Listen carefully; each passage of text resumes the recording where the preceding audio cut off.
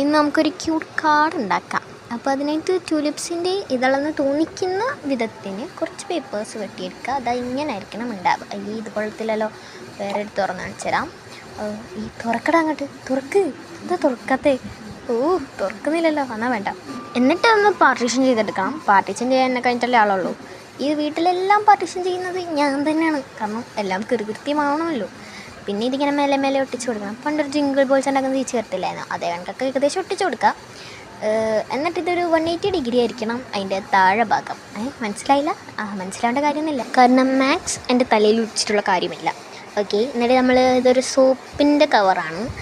സോപ്പിൻ്റെ കവറിൻ്റെ കാർഡ്ബോർഡാണ്. അതിൻ്റെ പുറം ഭാഗം നിങ്ങൾ കാണാതിരിക്കുന്നതായിരിക്കും നല്ലത്. എന്നിട്ട് നമ്മുടെ സാധനത്തോട് ഒട്ടിച്ച് കൊടുക്കാം. എന്നിട്ട് അതിന് കുറച്ച് തണ്ടും ഇലയും കായും ഒക്കെ വരച്ചങ്ങോട്ട് കൊടുക്കണം.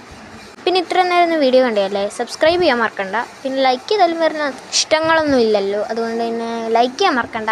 പിന്നെ എന്തെങ്കിലുമൊക്കെ ചെയ്തോളൂ, കുറേ ഓപ്ഷൻസ് ഉണ്ടല്ലോ. അപ്പോൾ നമ്മുടെ വരയ്ക്കലൊക്കെ ഏകദേശം പ്രകൃതിയായിട്ട് നടക്കുന്നുണ്ട്. ആൻഡ് കുറച്ച് ഇലയും വരച്ച് കൊടുക്കുന്നുണ്ട്.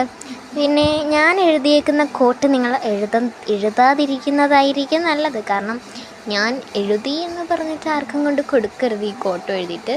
അപ്പം എന്തോ ഒരു ബ്ലാങ്ക് തോന്നിയിട്ട് ഞാൻ ഈ ഒരു കാർഡ്ബോർഡ് വെച്ചിട്ട് തന്നെ ബോയ് ഉണ്ടാക്കിയിട്ടുണ്ട്. എന്നിട്ട് ഇതൊന്നും കൊണ്ട് ലൈൻ കൊടുക്കാൻ നിൽക്കണ്ട, ബെസ്റ്റ് ഫ്രണ്ട്സ് കൊടുത്താൽ